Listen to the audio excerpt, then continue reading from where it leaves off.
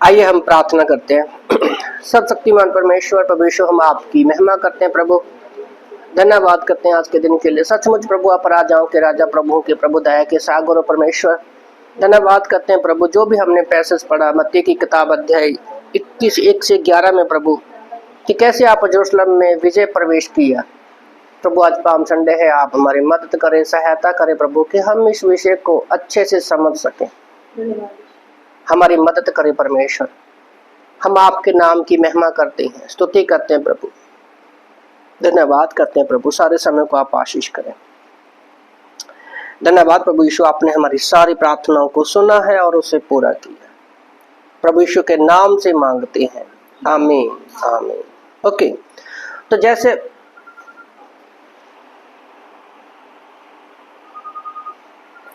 अभी हम लोगों ने पढ़ा है ना, यीशु मसीह का यरूशलेम में विजय प्रवेश। ओके, यीशु मसीह यरूशलेम में क्यों गया, हम आज इसके विषय में बात करने वाले हैं। तो पाम संडे जो है एक जीत की खुशी में मनाया जाने वाला ये एक समझो सप्ताह है, क्योंकि इसके बाद जैसे हमने पढ़ा कि यीशु मसीह यरूशलेम में जाता है गधे के बच्चे के ऊपर सवार होकर, लोग उसके पैरों उसके रास्ते में अपने कपड़े बिछाते हैं और खजूर की टहनियाँ को बिछाते हैं। तो उसका मतलब क्या है, और वो बोलते हैं होजाना होजाना। होजाना का अगर हम लोग हिब्रू में मीनिंग देखते हैं तो उसका मतलब होता है कि हमें बचा। मैं कल रात स्टडी कर रहा था तो इसके बारे में मैं पढ़ रहा था कि उसका मतलब होता है एक्चुअल में हमें बचा। ओके, तो ये जो यीशु मसीह, याद रखो यीशु मसीह ही एक ऐसा शख्स, अगर आप लोगों ने फाउंडेशन की क्लास की है तो यीशु मसीह के बारे में जो भविष्यवाणियों की बात हम करते हैं उसके विषय में जो कई भविष्यवाणियां पहले से की गई है ना, तो उसके बारे में हम जानते हैं। ओके, तो मत्ती की किताब अध्याय 21 वचन 5 से लेकर 9 तक हम पढ़ेंगे। तो जकराया की किताब अध्याय 9 वचन 9 की भविष्यवाणी बाइबल में पहले से ही यीशु मसीह के बारे में की गई है। तो उसको मत्ती की किताब अध्याय 21 वचन 5 से लेकर 9 तक हम पढ़ेंगे। तो यहाँ पे लिखा है कि सियोन की बेटी से कहो, देख तेरा राजा तेरे पास आता है, वह नम्र है और गधे पर बैठा है, वह लादू के बच्चे पर, मतलब गधी के बच्चे पर। चेलों ने जाकर जैसा यीशु ने उनसे कहा था वैसा ही किया, और गधी और बच्चे को लेकर उस पर अपने कपड़े डाले और वह उन पर बैठ गया। तब बहुत से लोगों ने अपने कपड़े मार्ग में बिछाए और अन्य लोगों ने पेड़ों से डालियां काटकर मार्ग में बिछाई। जो भीड़ आगे आगे जाती और उसके पीछे चलती थी पुकार कर कहती थी, दाऊद के संतान होजाना होसाना, धन्य है वह जो प्रभु के नाम से आता है। ओके, होजाना का मतलब होता है हमें बचा।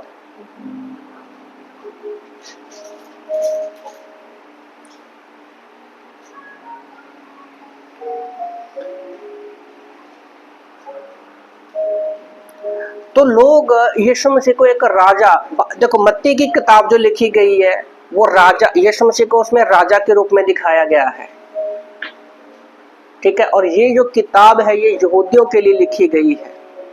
तो कुछ लोग यीशु मसीह को राजा बनाना चाहते थे, क्योंकि जब मत्ती की किताब हम अध्याय 1 वचन 1 पढ़ते हैं तो वहां पर लिखा है कि अब्राहम की संतान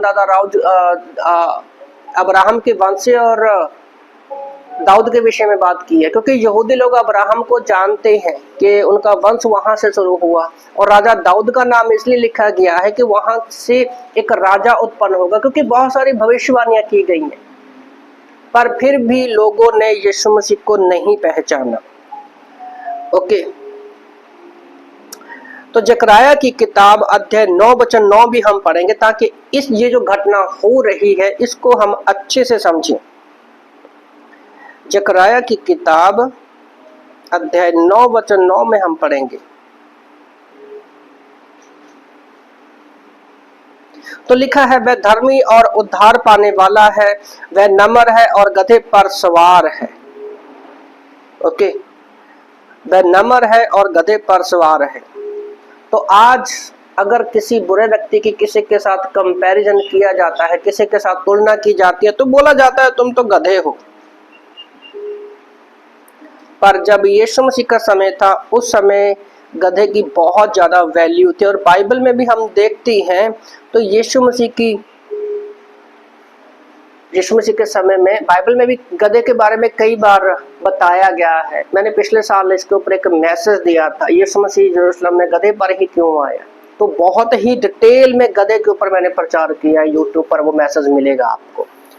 तो सिंपली बताना चाहता हूँ कि उस समय गधा जो था, क्योंकि इतने आने जाने के संसाधन नहीं थे, तो एक समझो शान की बात समझी जाती थी गधे पर आना। पर आज हमने गधे का मीनिंग ही बदल दिया है, जिसको मूर्ख कहते हैं हम उसको गधा बोलते हैं। ठीक है, और गधे के बारे में कहते हैं कि वो एक यीशु मसीह गधे राजा होते हुए भी वो गधे पर आ रहा है। ये एक नम्रता की निशानी है। गधे के ऊपर यीशु मसीह का बोझ है, वो बोझ ढोने के लिए ही बना है, पर हमारे पापों का बोझ यीशु मसीह के ऊपर है। और फिर भी लोग उसको राजा चुनने के लिए तैयार है, क्योंकि वो कई लोग बीच का सच्चाई नहीं जानते। आज जो लोग यहाँ पर बोल रहे हैं कि हमें बचा हमें बचा, जब यीशु मसीह को क्रूस पर चढ़ाने वाले लोग भी यही थे। तो ये जो घटना हो रही है आज के दिन संडे में, क्रूस के गुड फ्राइडे के ईस्टर से समझो पुनरुत्थान के दिन से एक हफ्ता पहले, तो ये कोई नॉर्मल घटना नहीं है। इसके बारे में पहले से ही जकराया को पता था और बाइबल में इसके बारे में बता दिया गया है। यूहन्ना की किताब अध्याय 12 वचन 13 में जब पढ़ते हैं तो खजूर के पेड़ की डालियां ली और उनसे मिलने के लिए बाहर गए और पुकारते हैं, होजाना होजाना, धन्य हो जो यीशु के नाम से आता है। और लुक्का की किताब अध्याय 19 वचन 41 और 42 में भी पढ़ते हैं कि जब मैं यरूशलेम में पहुंचा और नगर को देखा तो उस पर रोने लगा और बोला, काश तुम भी आज के दिन ये जान लेते कि तुम्हें शांति किससे मिलती है। सोचो, यीशु मसीह पैदा ही इसलिए हुआ था कि वो उसको मरना है, हमारे पापों के लिए मरना है, उसने अपना लहू बहाना है। तो जितने भी यहाँ पर पीर पैगंबर लोग हुए हैं वो ज्यादातर राजाओं के रूप में आए हैं मोस्टली, पर यीशु मसीह पापी लोगों को देखकर रो रहा है। वो यरूशलेम के लोगों के लिए रो रहा है, ओके, यरूशलेम के लोगों के लिए रो रहा है। और वो रो रहा है, क्यों रो रहा है? क्योंकि उसको पता है कि वो क्या करने जा रहा है। गतसमनी के बाग में भी हम देखते हैं जब वो प्रार्थना करता है तो पिता से कहता है कि हे पिता, अगर तेरी इच्छा है तो तू इस प्याले से मुझे दूर कर दे, क्योंकि वो जानता था कि उसकी संगति यीशु मसीह से टूटने वाली परमेश्वर से टूटने वाली है। क्योंकि ये भविष्य में समझो जब से वो है पहली बार हो रहा था कि यीशु मसीह हमारे पापों की वजह से परमेश्वर से अलग होने वाला था, क्योंकि परमेश्वर इतना पवित्र है कि वो पाप को देख नहीं सकता। तभी तो जब यीशु मसीह को क्रूस पर चढ़ाया गया उस समय अंधेरा हो गया, मंदिर का पर्दा ऊपर से फट गया।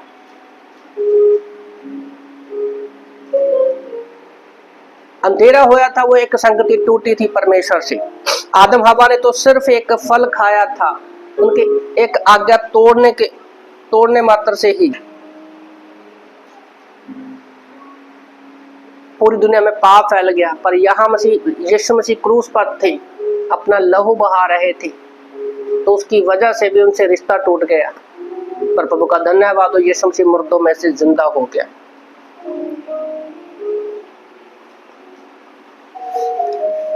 तो जब यहाँ से आज के दिन के बाद पूरा हफ्ता यीशु मसीह पर बहुत सारी यातनाएं होती हैं, उसको कोड़े मारे जाते हैं, कांटों का ताज उसको पहनाया जाता है। ओके, यीशु मसीह को कांटों का ताज पहनाया जाता है।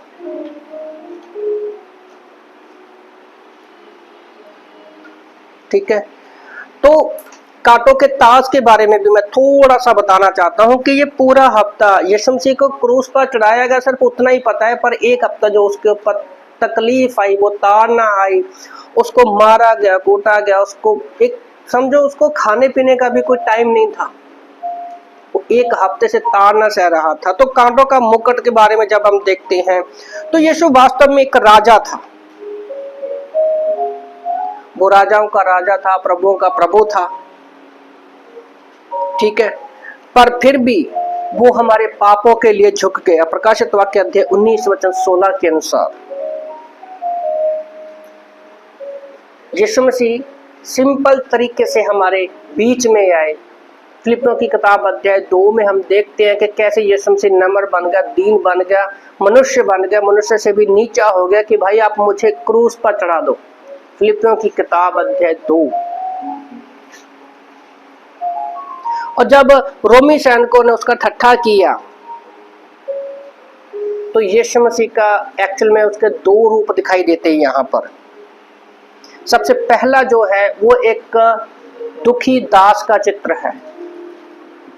यीशु मसीह परमेश्वर है, राजा है, पर यहाँ पर जब उसके एक हफ्ते के अंदर उसको ये सारी यातनाएं दी जा रही थी, तो यहाँ पर उसका पहला चित्र जो है वो एक दुखी राजा था। यशायाह की किताब अध्याय 53 यीशु मसीह को एक दास के रूप में दिखाया गया है, एक मेमने के रूप में दिखाया गया है। और यहूदी लोग, इजरायली लोग आज भी इस अध्याय को अच्छे से नहीं पढ़ते हैं। उनको लगता है कि ये गलती से लिखा गया है, क्योंकि जिस दिन उन्होंने इस चीज को पढ़ लिया उस दिन वो यीशु मसीह पर विश्वास कर लेंगे। अभी जैसे युद्ध चल रहा है, हमारा रैप्चर हो जाएगा, हम बादलों में उठा लिए जाएंगे। जब उन पर यातनाएं आएंगी, एंटी क्राइस्ट आएगा और वो कहेगा, सब लोगों को एक करेगा।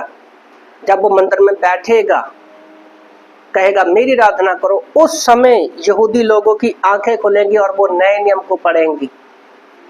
उनको लगता है कि यीशु मसीह आके नहीं गया अभी तक। सोचो, इजराइल पूरी दुनिया में पावरफुल है, पर वो इस घटना को नहीं जानता। ठीक है, तो पहला वो चित्र जो है एक दुखी दास का वो चित्र है। जब कांटो इस पूरे वीक में यशायाह की किताब अध्याय 53 उसके बारे में पूरा कहा गया है कि उसके साथ क्या होने वाला है। यशायाह ने पहले ही बता दिया था इस हफ्ते में क्या होने वाला है। और उसका जो दूसरा चित्र है वो है मसीह राजा के रूप में। एक तो दास का चित्र है यशायाह 53 के अनुसार, और दूसरा जो चित्र है उसका एक राजा के रूप में। प्रकाशित वाक्य जब 19 हम पढ़ते हैं तो एक जीत पाया हुआ वो राजा के रूप में है। और दूसरा हमारे स्थान पर पीड़ा, अपमान और शर्मिंदगी सहन करने के लिए तैयार था। सोचो ना, आदम हवा ने पाप किया, गलती की, पाप में गिरे, पूरी धरती श्रापित हो गई। पर जो शर्मिंदगी, पाप, अपमान हमारे ऊपर आना था, हमें मिलना था, वो यीशु मसीह ने अपने ऊपर ले लिया।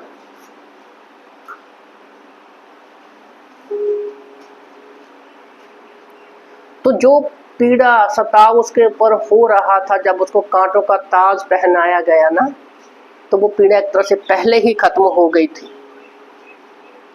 और यीशु को अब जो मुकुट मिला है जिसके वह योग्य है, ओके, तो यीशु को स्वर्गदूतों से कुछ ही कम किया गया था। मृत्यु का दुख उठाने के कारण महिमा और आदर का मुकुट पहने हुए देखते हैं।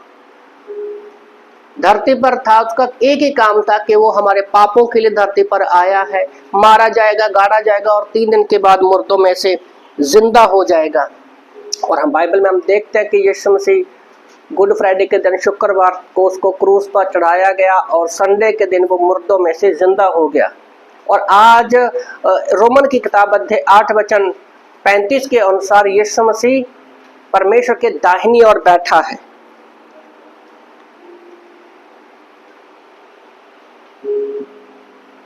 ओके, तो परमेश्वर ने अब उसको जो आज कांटों का ताज उसने पहना है, आगे इस हफ्ते में पहनाया जाएगा उसको आगे। ठीक है, उसको डेढ़ क्विंटल की जो स्लीब रहती है, कुछ स्कॉलर मानते हैं कि जो स्लीब थी वो 1.5 क्विंटल की थी लगभग, तो उसको उठा के वो चल रहा है और कांटों का ताज उसने पहना हुआ है। पर आज उसने अपना कार्य पूरा करने के बाद स्वर्ग में बैठा है और आदर का, महिमा का, मुकुट का ताज वो पहना हुआ है। मैं कल परसों एक मैसेज भी प्रचार कर रहा था, पहला पत्र 1:7 में, कि हमारा परखा हुआ विश्वास। परमी जब आपके घर पे थे ना तो बात कर रहे थे ना कि हमारा परखा हुआ विश्वास, पहला पत्र 1:7 में, हमारे उस वो बहुमूल्य सोने से भी है। जब यीशु मसीह प्रकट होगा तो वही आदर, महिमा, प्रशंसा परमेश्वर हमें भी देगा उसके प्रकट होने पर। और परमेश्वर के अनुग्रह से वह हर एक मनुष्य के लिए मृत्यु का सुवाचक थे। तो यीशु मसीह किसी एक व्यक्ति के लिए नहीं मरा, वो सारे व्यक्तियों के लिए मरा है। जैसे मेरी वाइफ प्रार्थना कर, उसने कहा कि आपने हमारे पैदा होने से पहले ही अपने बेटे को दे दिया, तो बाकी चीजें क्यों ना देगा। ये रोमन की किताब अध्याय 8:32 में इस वचन को लिखा हुआ है, रोमियो 8:32 में। तो ये हमारे लिए एक बड़ी अद्भुत बात है कि हम लोग 2000 साल की एज किसी की भी नहीं है, पर यीशु मसीह हमारे पापों के लिए क्रूस पर मारे गए और उन्होंने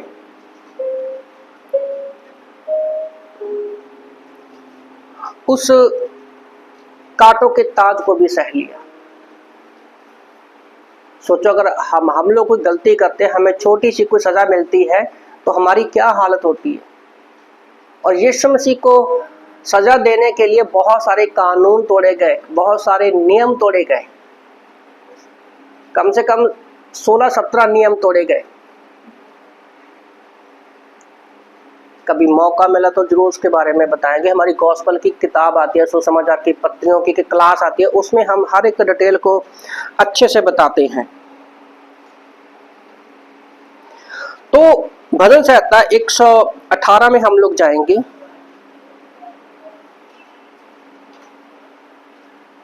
भजन संहिता 118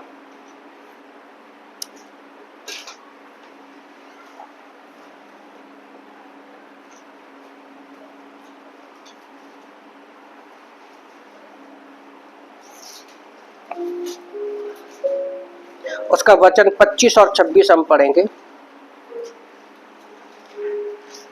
लिखा है भजन संहिता 118 का 25 और 26 में परमेश्वर का वचन कहता है कि आज वह दिन है जो यहोवा ने बनाया है, हम उसमें मगन और आनंदित हो। सॉरी, ये 24 पढ़ रहा हूँ। 25 लिखा हे यहोवा विनती सुन, उद्धार कर, हे यहोवा विनती सुन, सफलता दे। धन्य है वह जो यहोवा के नाम से आता है, हमने तो तुमको यहोवा के घर से आशीर्वाद दिया है। तो यहाँ पर भजनकार भी यहाँ पर यीशु मसीह के इस दिन के बारे में बता रहा है। तो मैं बताना चाहता हूं कि पाम संडे कोई नॉर्मल घटना नहीं है। ओके, वो यीशु मसीह के बारे में पहले से ही बताया गया था। तो गधे के बच्चे पर आने का वो एक राजा होते हुए भी एक नम्रता और दीनता की निशानी है। तो सिर्फ जब हम पाम संडे मनाते हैं तो हमारा सिर्फ एक दिखावा नहीं होना चाहिए कि हम खजूर की डालियां लेते हैं, अपने कपड़े उतारते हैं, चलते हैं। उसका रियल मीनिंग हमें पता होना चाहिए। जैसे हमने देखा कि इस संडे के बाद वो लोगों, यरूशलेम के लोगों के लिए रोया। यहाँ पर लिखा है जैसे हे सिय्योन की बेटी, मत्ती 21 में पढ़ा था ना हम लोगों ने, हे सिय्योन की बेटी।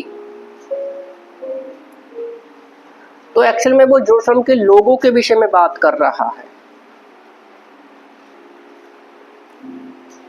ओके, तो ये जो दिन था यीशु मसीह को पकड़े जाना, उस पर सताव करना और उसको क्रूस पर चढ़ाना, और संडे के दिन मुर्दों में से जिंदा होने के बारे में बताता है।